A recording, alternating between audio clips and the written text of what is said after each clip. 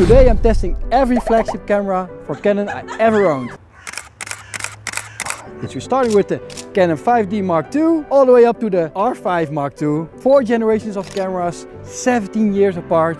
And here's a beautiful model to keep you interested in the video. Woohoo! So recently I received a DM, someone asking me to upgrade the gear. And she asked me, should I upgrade my camera or should I upgrade my lens? It's a lot of money, I can only buy one of them. And that got me thinking, is it better to buy a new camera or is it better to buy a new lens? So I have 4 generations of Canon 5 series cameras. I was like, let's make a video with it. Let's check out if my old 2008 camera still is as good as my R5 from this year, R5 Mark II. And to test out which one is actually the best. Ladies and gentlemen, welcome to the ultimate Canon Flagship Championship. 4 contenders, 4 generations of Canon flagship camera, battling it out in the ring, and which camera will be the ultimate king of the flagship 5 series cameras of Canon? In the red corner, released in 2008, weighing in at 810 grams, the middleweight pioneer that started it all, the Canon 5D Mark II. In the blue corner, from 2016, weighing in at 890 grams, the heavyweight that is built to last 1,000 years, the Canon 5D Mark IV. In the black corner, the 2020 fan favorite, weighing in at 738 grams, it's a lightweight, 45 megapixels of power, the Canon R5. And finally, in the white corner, the reigning, defending, undisputed flagship of 2025, weighing in at 738 grams, the Canon R5 Mark II. In case you're wondering what this thing here is a cage. This is my active camera, it's my hybrid camera. I'm too lazy to remove the cage, but still an R5 Mark II, a normal one. But with a cage built in, it looks more manly when I've got a cage on it. I like to look manly with a cage. So how are we going to do this? Well, this is a very old Canon 2470 L lens. And when I say old, it's really old. When you look this camera up on the website of Canon, you will find it in the section MILF. That's why I still got this beautiful lens. Oh no, he didn't. In the end of the video, we're gonna rank the cameras. I'm going to show you the photos in a mixed order. Let me know in the comments which photos you like the best. The photos set 1, 2, 3 or 4, or 4, 3, 2, 1, or 2, 3, 1, 4. And in the very end of the video, I'll tell you which photo set is what camera. So let's here. Like this. All the way back. Yeah. So in case you were born in the new millennium, chances are you probably never hold this camera or ever maybe seen this camera. Therefore, I need to tell you some cool stuff about these, because these are not just cameras for me, they're stories for me. The Canon 5D Mark II is my very first true professional love. This World War II tank was heavy, loud, and pretty rough around the edges. And a perfect way to show off your biceps during your photo shoot, because it was pretty heavy. Back in 2008, when I bought this camera, it costed me my soul and about 6 months of eating dry rice. But it was worth it, because this camera changed my life. It was my first real pro camera, my flagship camera. And my career as a fashion photographer really took off, because back then I did fashion instead of weddings. It was the first DSLR that could shoot full frame HD video. 4K wasn't a thing. So you could say that the birth of hybrid shooting happened back then. But it wasn't called hybrid shooting back then. It was just a video function on your photo camera. I did not know it at the time, but this thing made me fall in love with the idea that I could mix up photo and video together and tell stories with photo and video. This camera doesn't have autofocus like you have today on cameras. You had to trust your skill to make a sharp, great photo. Or even better, tell a story on how you went full creative with this camera because you actually just missed a shot and it was blurry and you told them it was a creative choice to make that photo like that. If you're curious about creative or blurry photos, well, these are the cameras that made the blurry photos popular. Hello.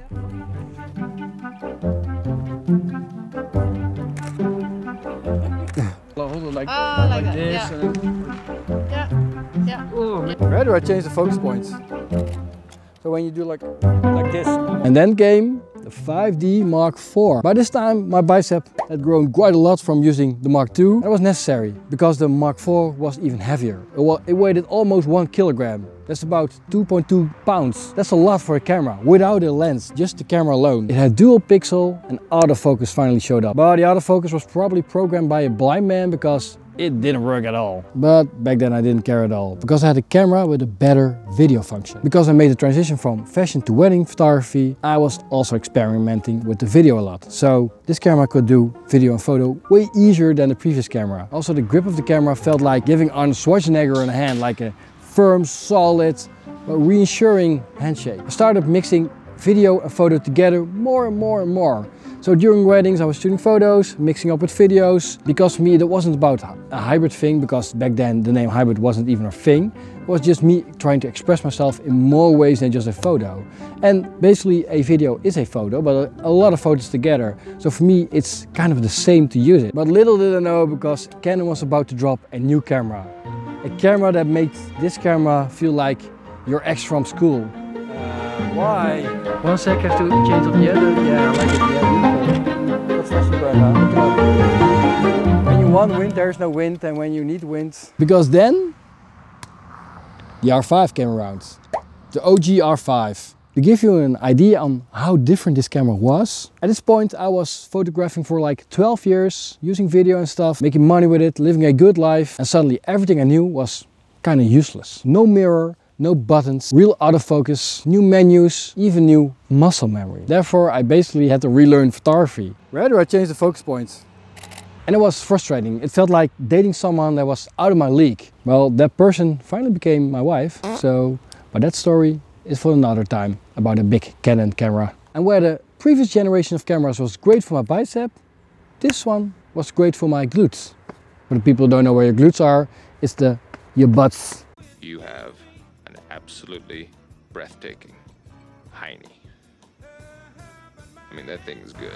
And you might ask, why is this camera so great for your glutes? Well, let me tell you, because I was clenching my butt cheeks every time I used this camera as a hybrid camera. Because it overheated quite fast, and when I was shooting hybrids, I was hoping the camera wouldn't stop working, because then I had no camera on a wedding day. But luckily Canon made several updates, firmware updates that made the camera better. The overheating wasn't a problem anymore, but if it worked really well.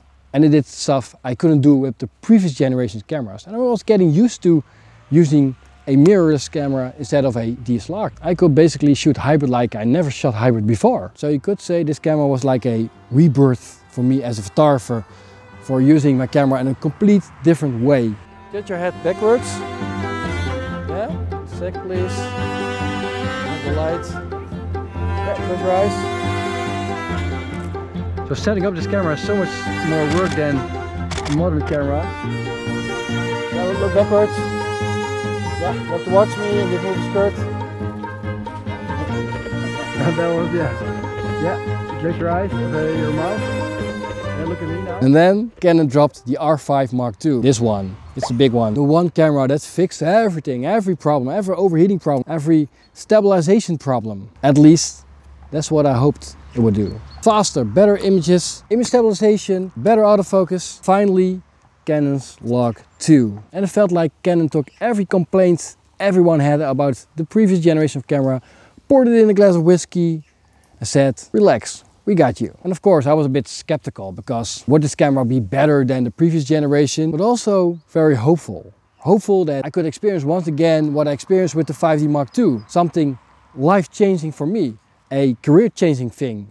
That it made me do stuff I couldn't do before. Because the 5D was very important to me. That's why I still have more cameras. I never sell them, because they are stories for me and they are very important for my career. And when I look at them, it reminds me of my career and what I've been through to become the person I am right now. Because photography isn't just a hobby, it's you as a person. On my first wedding day, I used this camera.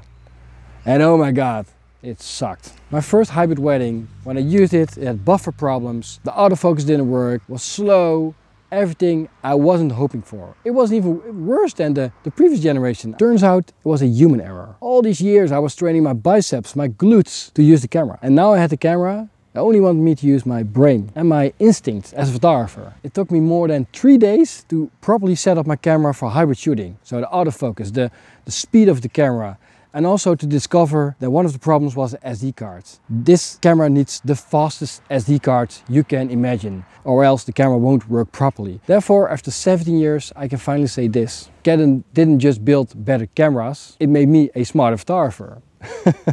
Well, smarter than I used to be. I understand that this video isn't about the video functions of the camera, because the R5 Mark II would win this easily because it's the best video camera of all of them. But for me still, it's a photo camera. All these cameras are photo cameras. That's my first love, and that's the most important thing those cameras have to do very good, is making photos. But if you want to learn to shoot hybrids just like me, check out my channel, subscribe, or check my website. You can do workshops. I can teach you all about hybrid shooting because I think it's very fun. And it's such a great way to express yourself in another way than just a photo. And let's be real, if I could shoot hybrids on a World War II tank, what's your excuse to shoot hybrids? Yeah. The other hand. Is there light still? Yeah, like that. More. Like a pose like this, like you make an S curve. Awesome. We got him. And we're done. And probably you're very curious what I shot, what kind of photos we've created. And I'm very proud of the photos, and I'm very curious what you think what the best photo set is. So we did four photo sets, and I want to know which you like the best. For me, the winner is the 5D Mark II. Not because of the photos, because it's my first camera I professionally used, and it changed my life. It changed my life completely. And the only reason why the Mark II for me is the winner is this. This is the best sound the camera can make. It's the 5D Mark II for me, baby. If you want to know which photo set is what camera, go to my description. Down below, it says what camera is what photo set. And I'm so curious, just say which you like the best and then look it up. Because I'm very curious which you like the best. There's probably a moment I say subscribe, like, but if you like it, and if you don't like it, please don't dislike it. See you next time. Bye bye.